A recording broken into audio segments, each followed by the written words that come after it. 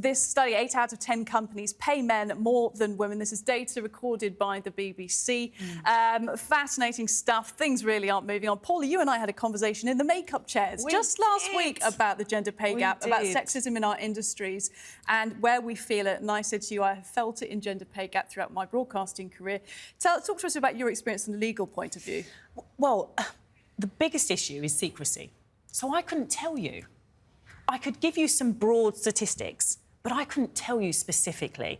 And, of course, the broad stats will tell you that male barristers are paid more than female barristers, and you wouldn't be surprised to hear that. And you wouldn't be surprised to hear that the lowest paid are black female barristers. Now, I bet you, Richard, don't have a conversation with peers in the makeup chairs about the gender pay gap. That is a good point. And doesn't that sum up the issue here? I'm making an assumption, but am I right? We might have a discussion with Piers. I mean, Piers is paid more than me, so that's that's the sort of discussion we might have. It's just a different approach. We'll leave that there. Look, I think it is extraordinary. It is 5 or 6 years, but actually the BBC data, they haven't really released the full, a full sort of data set, so we can really drill into it. It's more than just the pay gap, though. It's about actually what's the balance between men and women at work? Has that shifted at all? Because that's obviously was a key part of the objectives of some of this.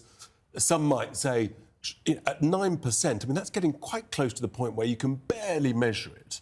So, I think there's lots of questions about this and a huge amount of effort. I mean, I've sat on boards of companies, of charities, where this has been looked at incredibly seriously, really conscientiously. And some may say it's incredibly disappointed. Yes. It hasn't made any difference. And so how do we make a difference? Because it's one thing to discuss it, isn't it? One thing for us to just chat in the makeup chair. But how do we change this? And we need to be radical, don't we? We need to say that you need to take over. Is that what you're really saying? That men's pay needs to be publicised.